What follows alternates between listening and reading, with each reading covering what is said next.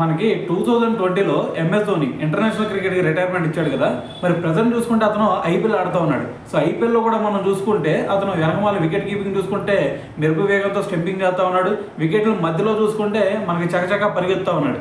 మరి అతను ఏజ్ చూసుకుంటే 44 ఇయర్స్ వచ్చినాయి. మరి అంత ఏజ్లో కూడా ఇవన్నీ చేస్తున్నాడు అంటే దానికి మెయిన్ రీజన్ ఏమైంది అంటారు? తన ఫిట్నెస్ లెవెల్స్ మంచిగా ఉండటం వల్లే కదా. మరి ఈ ఫిట్నెస్ లెవెల్స్ గురించి రీసెంట్గా రాంచీలో ఒక ఈవెంట్కి అటెండ్ అయ్యాడు అనమాట ధోని. అయితే అక్కడ సేమ్ ఫిట్నెస్ లెవెల్స్ గురించే మాట్లాడాడు. అయితే అక్కడ ధోని ఏమన్నాడంటే, ఇప్పుడు యువత చూసుకుంటుంటే ఎవరు కూడా ఫిట్నెస్ మనకి శారీరక శ్రమ ఎవరు కూడా పడట్లేదు. సో దానివల్ల ఎవరు కూడా మరి ఫిట్నెస్ లెవెల్స్ అయితే సరిగ్గా కనిపించట్లేదు.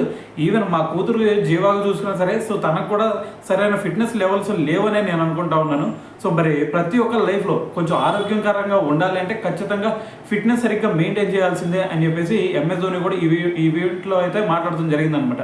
అయితే మరి దీన్ని కనుక ఒకసారి మనం డీప్గా చూస్తే ఖచ్చితంగా నిజమనే చెప్పాలి. ఎందుకంటే ఇప్పుడు మనం ఒక 100 మీటర్స్ మరి పరిగెత్తాలన్నా కూడా 100 మీటర్స్ పరిగెత్తి దాని తర్వాత ఆయాసపడుతూ ఉన్నాం. సో దీని అంతా కారణం ఏంటంటే మనలో ఫిట్నెస్ లెవెల్స్ లేకపోవడం వల్ల కదా.